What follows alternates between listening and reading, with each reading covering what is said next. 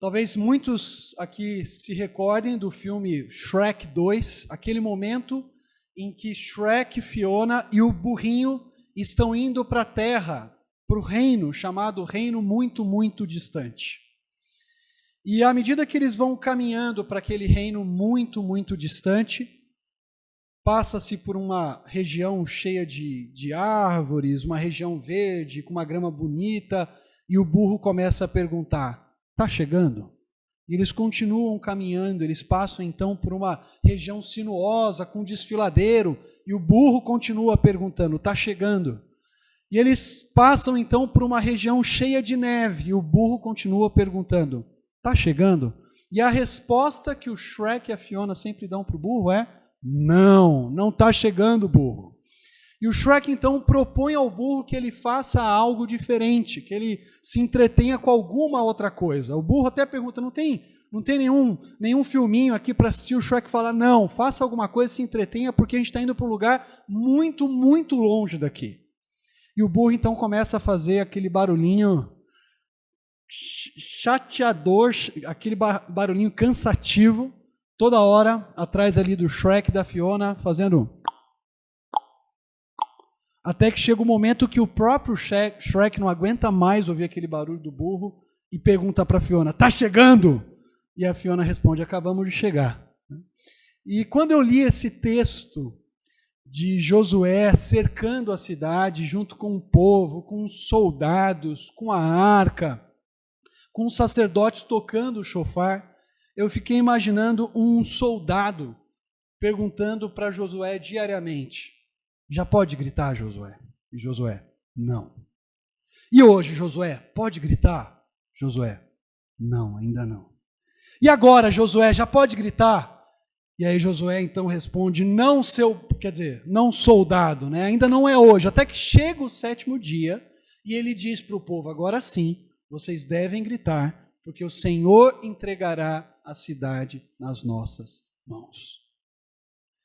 O processo de conquista de Jericó foi um processo de treinamento de uma obediência diária desse povo. Foi um processo em que Israel precisava entender que Deus só entregaria aquela cidade nas suas mãos se o povo estivesse disposto a pacientemente esperar o grande dia em que eles gritariam, os chofares tocariam e os muros finalmente cairiam diante deles, eles poderiam entrar naquela cidade, saqueá-la e vencê-la.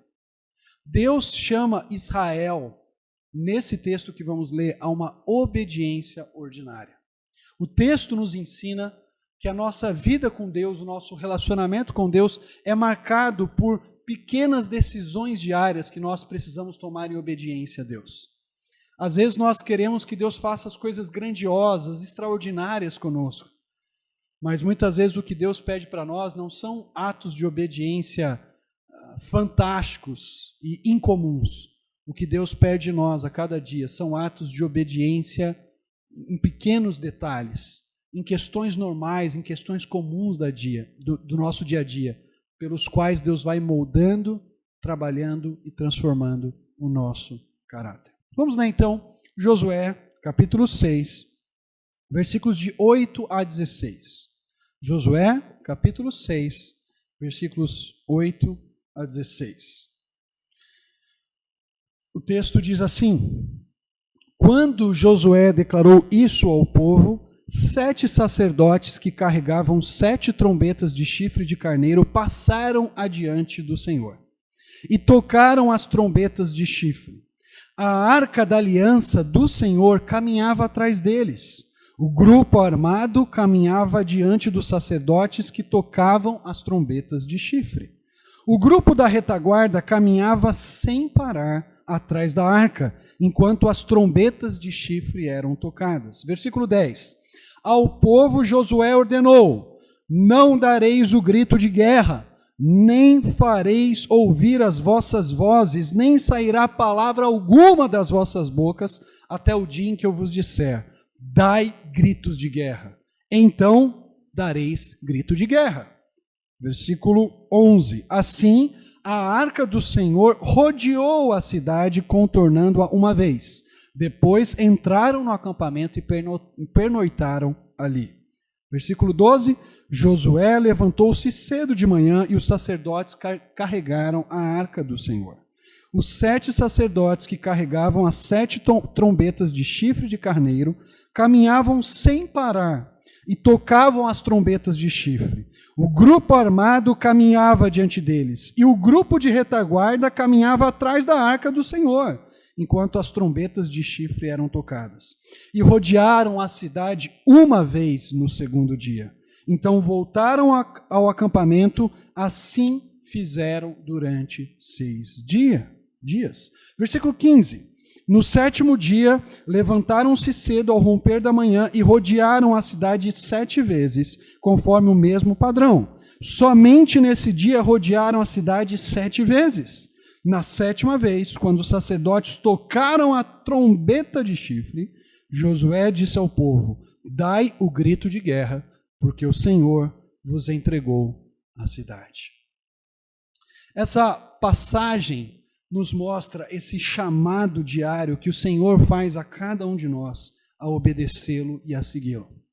O que nós percebemos inicialmente nesse texto que se destaca, que ganha ênfase nessa passagem, é primeiro que a presença de Deus estabelece o compasso do seu povo. A presença de Deus estabelece o tipo de marcha que nós daremos, como nós devemos caminhar, como nós devemos andar. É a presença do Senhor que diz quando nós devemos caminhar e quando nós devemos parar. E é a presença do Senhor que estabelece quantas marchas, quantas voltas nós devemos dar a cada dia.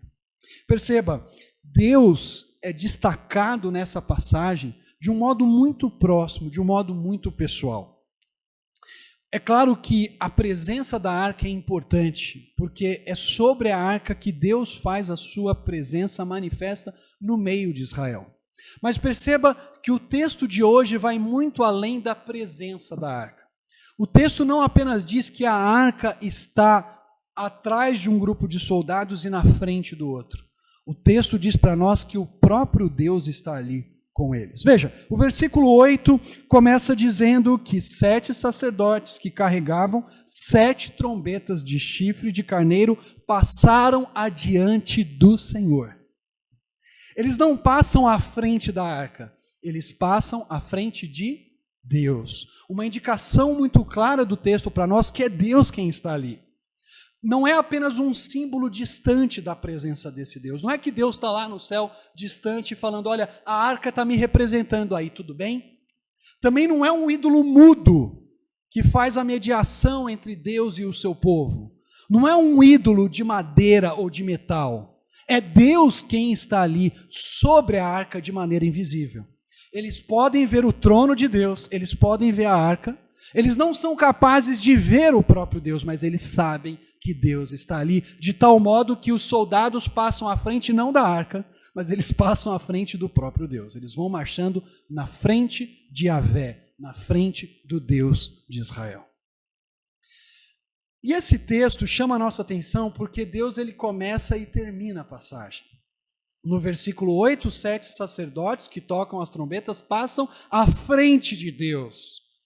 E o versículo 16 termina com Josué dizendo para o povo: hoje Yahvé vos entregou a cidade. Hoje o Senhor vos entregou a cidade.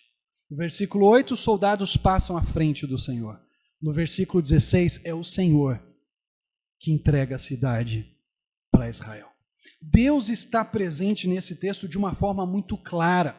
E há uma associação que o narrador quer fazer aqui para nós, mostrar para nós que o Senhor e a arca estão intrinsecamente ligados, de tal modo que o marchar da arca, o caminhar da arca é o próprio caminhar do Senhor. Essa passagem nos lembra, por exemplo, de uma outra cena que nós encontramos quando o povo de Israel está andando pelo deserto. E lá em Números, capítulo 10, versículos 35 e 36, o texto diz para nós que sempre que a arca partia, Moisés dizia: levanta-te, ó Senhor, sejam espalhados os teus inimigos. E sempre que a arca parava, ele dizia: volta ao Senhor, para os incontáveis milhares de Israel. Se a arca levantava, era o Senhor quem estava levantando. Se a arca parava, era o Senhor que estava parando ali no meio do acampamento de Israel. E toda a estrutura que lembra de Israel também marchando no deserto. Se você ler com mais calma o texto de Números 10, você vai perceber que havia algumas tribos que caminhavam na frente do tabernáculo onde estava a arca e outras tribos que caminhavam na retaguarda. Esses soldados e essa estrutura que nós encontramos aqui centraliza-se na arca. A arca é importante porque o próprio Deus está ali sentado no meio dela. E várias vezes o texto vai falar sobre a arca. A arca aparece diversas vezes. Veja, no versículo 8 o texto diz para nós: a arca da aliança do Senhor caminhava atrás deles. Depois, no versículo 9, o texto continua dizendo: os grupos de retaguarda caminhavam sem parar atrás da arca. Depois, no versículo 11, assim a arca do Senhor rodeou a cidade. No versículo 12, e os sacerdotes carregaram a arca do Senhor. E no versículo 13, o grupo de retaguarda caminhava atrás da arca do Senhor. A presença da arca é importante. O ponto central aqui não são os sacerdotes em si, não são os soldados que marcham à frente e atrás da arca. O ponto central da nossa narrativa é a arca e o Deus que está no meio de Israel. Veja, Israel nunca tinha enfrentado uma cidade murada desse jeito. Israel nunca tinha lutado contra uma cidade estabelecida ali na Cisjordânia. Eles até tinham lutado na Transjordânia contra os reis amorreus, mas eles ainda não tinham começado o seu ataque em Jericó ou em alguma outra cidade que estava ali em Canaã. Israel não tinha o equipamento necessário para montar aquelas rampas de acesso. Israel não sabia como cavar túneis para entrar naquela cidade murada. Não sabia como fazer buracos nos muros, nem como escalá-los. Como é que eles vão conquistar a cidade? E o texto está dizendo para nós: o segredo para a conquista da cidade está quem está no meio dos soldados. O segredo para a conquista da cidade está naquele que se assenta sobre a arca da aliança. Então, é a presença de Deus que estabelece o compasso do seu povo. É a presença de Deus que garante que logo mais Israel conquistará aquela cidade. Não são as estratégias de guerra de Israel, não é a sua capacidade técnica, não é o seu equipamento, é porque Deus está ali com eles. E se Deus está ali com eles, a vitória está garantida. O que eles têm que fazer? E o que nós encontramos de destaque no texto é que, além da presença de Deus estabelecer o compasso do povo, estabelecer a caminhada de Israel, o texto também mostra para nós que Deus se compraz em abençoar a nossa obediência ordinária. Deus se compraz, Deus tem prazer em abençoar a nossa obediência ordinária. O versículo 8 começa já com um passo, com um ato de obediência. O texto diz para nós que quando Josué disse aquelas palavras, quando Josué disse aquilo para o povo, a ordem que nós encontramos nos versículos 6 e 7, imediatamente no versículo 8, os 7 sacerdotes que carregam a trombeta começam a tocar essas trombetas e a andar. O povo obedece de imediato. No versículo 9, mais alguns integrantes são acrescentados. Agora tem o pessoal da retaguarda, que até então nós não tínhamos ouvido falar deles. E aí vocês têm na frente os soldados, depois os sacerdotes tocando o chofar, tocando a sua trombeta. Na sequência você tem a arca e atrás da arca você tem aqueles soldados que formavam a retaguarda. E se o texto destaca para nós a importância da arca, o texto também destaca para nós a importância do povo obedecer às palavras de Josué. Porque as palavras de Josué não são simplesmente as palavras de Josué, são as palavras que Deus mandou Josué dizer ao povo. Perceba que constantemente o texto está enfatizando para nós ordens, orientações, um discurso que Josué está dando a Israel. E constantemente nós vemos Israel fazendo exatamente aquilo que Josué ordenou. Novamente, porque Josué está transmitindo para o povo as ordens que ele recebeu de Deus nos versículos de 3 a 5. Veja, no versículo 8 o texto começa dizendo: quando Josué declarou isso ao povo, e aí o povo começa a obedecer. No versículo 10 o texto diz para nós: ao povo Josué ordenou: não dareis o grito de guerra, até o dia em que eu vos disser, dai gritos de guerra. Então dareis grito de guerra. Perceba aqui a importância das declarações de Josué. Josué ordena, Josué diz. E aí nós temos os versículos 16 e 20. Josué disse ao povo no 16, dai o grito de guerra, porque o Senhor entregou a cidade nas mãos de vocês. E no versículo 20 nós ouvimos ou lemos: quando soaram as trombetas, o povo gritou, deu o grito de guerra. Ao som do forte grito de guerra e das trombetas, o muro caiu. Israel constantemente está ouvindo ordens, orientações, mandamentos, e constantemente Israel obedece. Faz aquilo que Josué transmite ao povo. Porque aquilo que Josué transmite ao povo foi que o Senhor mesmo lhe transmitiu. E aí há alguns paralelos interessantes entre os versículos 8 a 16 e a própria conversa, o próprio diálogo entre Deus e Josué nos versículos de 2 a 5. Veja, no versículo 14, o versículo 14 termina com a observação: assim fizeram nos 6 dias, né? Ou assim fizeram durante os 6 dias. Ora, isso que Israel faz, isso que Israel realiza, ecoa justamente aquilo que Deus havia dito para Josué no versículo 3. Deus diz para Josué que eles deveriam dar uma volta em torno da cidade, e o texto do versículo 3 termina dizendo: assim fareis 6 dias. Aquilo que Israel faz, nos versículos de 8 a 16, ecoa o que Deus manda nos versículos de 3 a 5. Veja, no versículo 15, nós temos o início ali dizendo que no 7º dia levantaram-se cedo, ao romper da manhã, e rodearam a cidade 7 vezes. Isso aqui, de novo, é um eco daquilo que Deus fala no versículo 4. No 7º dia, rodeareis a cidade 7 vezes. E se não bastassem esses ecos, se não bastassem essas alusões à obediência do povo, o que chama a nossa atenção nessa passagem também é a obediência paciente da nação. Eles não são assodados. Vamos entrar nesse negócio logo, vamos derrubar essas portas, vamos romper esses muros, vamos conquistar a cidade. Não. Pacientemente eles dão uma volta na cidade e voltam para o acampamento. O versículo 11 termina com o primeiro dia assim. Eles dão uma volta na cidade, entram no acampamento e dormem ali. O segundo dia, de novo, eles dão uma volta na cidade, voltam para o acampamento e dormem ali. E o autor do livro de Josué, para nos poupar de ficarmos cansados com a narrativa, ele encurta e diz: eles fizeram isso durante 6 dias, até que no 7º dia eles rodearam 7 vezes a cidade. Israel, os soldados estão dispostos a cumprir exatamente aquilo que Deus diz. Deus, é para dar uma volta só na cidade, a gente vai dar uma volta só na cidade. No 7º dia é para dar 7 voltas, então nós vamos dar 7 voltas na cidade. A ordem do Senhor é obedecida pelo povo. E é a esse povo obediente que Deus entrega a terra da promessa. Percebam que no finalzinho, no último versículo que nós lemos, no versículo 16, Josué lembra ao povo aquilo que o próprio Deus disse para ele. No versículo 2, Deus havia dito para Josué: eu entreguei a cidade nas tuas mãos. E Josué repete para o povo no versículo 16: hoje o Senhor vos entregou essa cidade. A presença de Deus e a obediência do povo.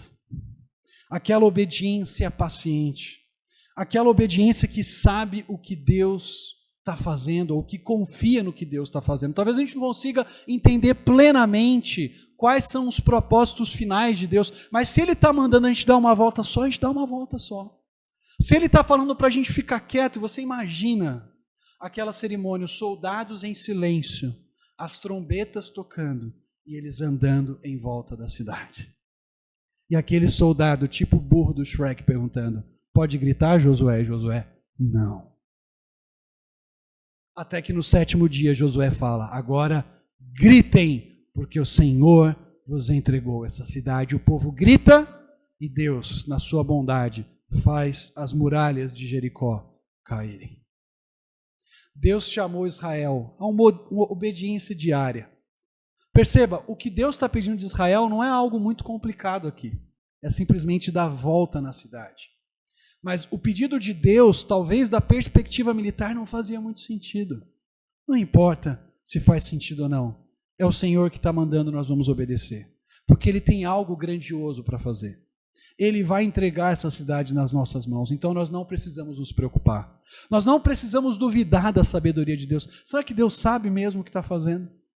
Será que isso aqui vai dar certo? Eu imagino os soldados voltando para o acampamento, depois, sei lá, de 3, 4 dias rodear a cidade. Falando, quando é que a gente vai atacar esse negócio? E Josué falando, espere o 7º dia, porque no 7º dia o Senhor nos entregará essa cidade.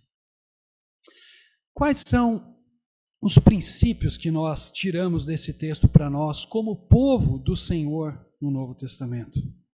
Primeiro, Deus nos ensina nessa passagem que Ele está no meio de nós, como Ele esteve no meio de Israel. Assim como não era apenas o símbolo, a arca que estava ali, mas o próprio Deus que estava sobre a arca. O Novo Testamento muitas vezes diz para nós que Deus está em nós, que Ele habita nas nossas vidas, Ele habita dentro de nós e faz morada de tal modo que nós nos tornamos santuário de Deus. Em 1 Coríntios capítulo 3, Paulo é muito claro em dizer ali no versículo 16 que a igreja, que aquele corpo, que aquela comunidade de pessoas é o próprio santuário de Deus. 1 Coríntios 3,16, Paulo diz, vocês não sabem que são santuário de Deus e que o Espírito de Deus habita em vocês. Perceba que, como o Novo Testamento, Deus vai além, não é verdade? Deus estava ali sobre a arca com o povo que marchava ao redor da cidade. Agora, do Novo Testamento, Deus está em nós, dentro da gente, fazendo morada. O mesmo Paulo vai dizer na mesma carta de 1 Coríntios 6,19, fazendo uma pergunta retórica para os irmãos de Corinto, dizendo, acaso não sabeis que os vossos corpos são santuário do Espírito Santo que está em vós, o qual tende da parte de Deus e que não sois de vós mesmos? O Espírito Santo não apenas faz morada na comunidade cristã, ele também faz morada em cada cristão, em cada pessoa.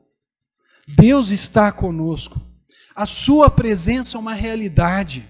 A presença de Deus não é algo sobre o qual nós apenas falamos, mas a presença de Deus é uma realidade que nós experimentamos. Deus habita em você.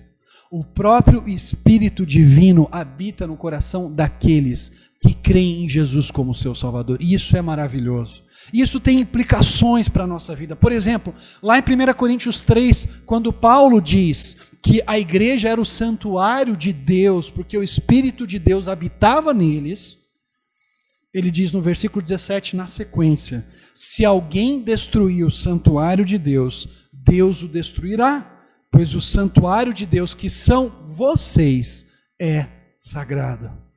A primeira implicação de saber que Deus está no nosso meio, de que Deus está presente entre nós, que Paulo destaca aqui em 1 Coríntios, é que nós deveríamos tomar todo o cuidado possível para edificar esse santuário, para promover o crescimento nesse santuário, para tornar esse santuário cada vez mais santo, para que Deus tenha prazer em habitar em nós e no meio de nós.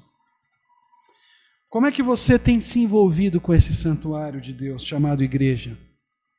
Com a graça de Deus, você tem se empenhado em servir os seus irmãos? Com a graça de Deus, você se preocupa em edificar esse santuário para que cada vez ele seja um santuário mais lindo, mais belo para a habitação do Senhor? Perceba, não estou falando desse local, não. Talvez o nosso salão de culto não seja dos mais bonitos, certamente não. Mas Deus está preocupado em que essa comunidade seja uma comunidade belamente santa, seja uma comunidade que reflita bondade, que reflita a beleza da santidade de Deus, que comunique constantemente uns aos outros as verdades que Deus revelou nas Escrituras. É assim que nós edificamos o santuário de Deus, que é a igreja. Nós estamos edificando ou estamos destruindo esse santuário? E aí eu queria citar uma observação que o Michael Scott Horton faz no seu livro chamado Simplesmente Crente. Ele diz que a igreja de Deus não é um palco onde apresentamos os nossos solos. A igreja de Deus é um jardim, é um edifício que Deus está construindo em seu Filho, por sua palavra e por seu Espírito. Contra seu culto caótico, Paulo exorta os coríntios: irmãos, não sejais meninos no juízo, na malícia sim, sede crianças, quando ao juízo sejam homens amadurecidos.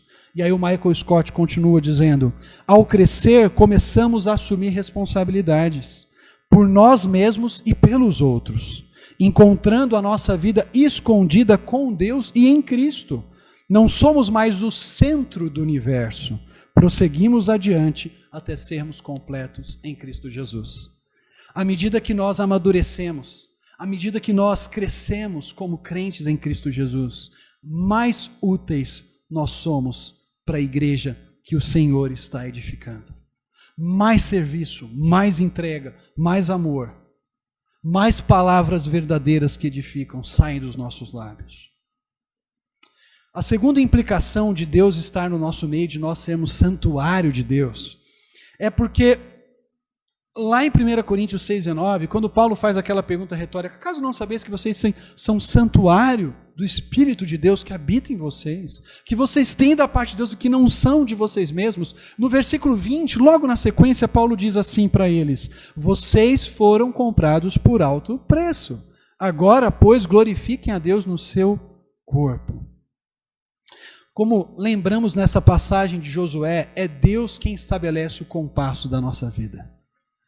E Deus chama hoje a mim e a você a sermos pessoas cujas vidas honram e glorificam a Deus. Deus, mais do que nos fazer experimentar coisas extraordinárias, ou nos tornar conhecidos diante de multidões, Ele quer que nós tomemos cada dia a decisão de glorificar a Deus no nosso corpo. Ele quer que nós tomemos cada dia decisões comuns de obediência, que talvez não vão dar um grande destaque para nós, mas é o tipo de obediência que Deus espera da gente, assim como Ele esperava a obediência daqueles soldados que estavam marchando ao redor de Jericó. Talvez você não vai completar a tradução da Bíblia numa língua totalmente estranha a nós, mas você pode ler a Bíblia diariamente para os seus filhos e ensinar a palavra de Deus a eles. Talvez você não vai pregar a multidões semana após semana, mas você pode pregar a palavra de Deus para sua esposa na sua casa. Talvez você não faça milagres extraordinários, não tem uma toalhinha sagrada que cura as pessoas, mas você pode, no seu local de trabalho, demonstrar paciência para com aquelas pessoas difíceis, excelência no seu serviço, integridade, não abrindo mão dos seus valores e seus princípios. E quando as pessoas olharem para você, elas vão perceber alguém que experimentou o maior milagre, o milagre mais extraordinário que existe, que é o milagre da regeneração. Deus nos chama a pequenas decisões. Eu vou xingar esse cara que está me fechando no trânsito, ou vou ficar quieto? Eu vou levantar a voz para o meu marido, brigar e reclamar, ou vou pacientemente chamá-lo para conversar, apontar o que precisa ser mudado e orar com ele? Eu vou separar tempo para ficar com os meus filhos ou com a minha família e lermos a Bíblia juntos? São essas obediências pequenas, essas decisões diárias que fazem toda a diferença. E é esse tipo de decisão diária que Deus tem prazer em abençoar o seu povo. Israel não precisou fazer nada grandioso. Israel não precisou sacar uma espada de início para que o muro caísse. Só tinha que marchar. E Deus pede coisas simples de nós. Mas muitas vezes nós queremos coisas tão extraordinárias que deixamos de fazer as coisas simples. Nós queremos talvez pregar o evangelho lá do outro lado do mundo, mas e o nosso vizinho, ele tem ouvido do evangelho de Cristo? Tem conhecido? a Jesus? Deus chama a mim e a você, nessa manhã, a desfrutarmos da presença de Deus por meio da obediência ordinária a Ele. E eu termino com mais um trechinho do livro do Michael Scott Horton, esse livro chamado Simplesmente Crente, que eu recomendo todos aqui a lerem, em que ele diz o seguinte: será que o anseio intenso por avivamento é em si mesmo parte do problema, alimentando a expectativa febril pela próxima grande coisa que Deus tem para fazer? Já não é suficientemente notável que o próprio Jesus Cristo fale conosco sempre que a sua palavra é pregada a cada semana? Não é milagre bastante que um jardim viçoso esteja florescendo no deserto da presente época má? Não basta a maravilha de que o Espírito Santo ainda esteja ressuscitando aqueles que estão espiritualmente mortos para uma nova vida mediante a pregação do Evangelho? Não é suficiente que os que pertencem a Cristo estejam crescendo na graça e no conhecimento da sua palavra, fortalecidos na fé pela administração regular da ceia, da comunhão na doutrina, da oração e do louvor? Deus chama a cada um de nós, nessa manhã, a uma vida obediente nas coisas ordinárias da vida, nas coisas ordinárias do nosso dia a dia. Vamos orar? Pai querido, nós te louvamos porque Tu és um Deus que governa sobre tudo e sobre todos, e temos o privilégio de desfrutar da Tua presença, não apenas entre nós, mas também em nós, transformando o nosso coração e moldando aquele antigo coração de pedra em um coração submisso, obediente a Ti. Ajuda-nos, Pai, a Te obedecer nas questões ordinárias da vida, a prestar atenção para o chamado básico que o Senhor nos faz a cada momento, no nosso relacionamento em casa, na maneira como nos portamos no trânsito, na forma como tratamos os nossos vizinhos e testemunhamos de Cristo. Que nessas experiências comuns do dia a dia, nós sejamos servos e servas Teus e Tuas, obedientes a Ti, que andam conforme a Tua palavra, porque o Senhor está no nosso meio, o Senhor está em nós. É o que oramos no nome de Jesus, o nosso Salvador. Amém.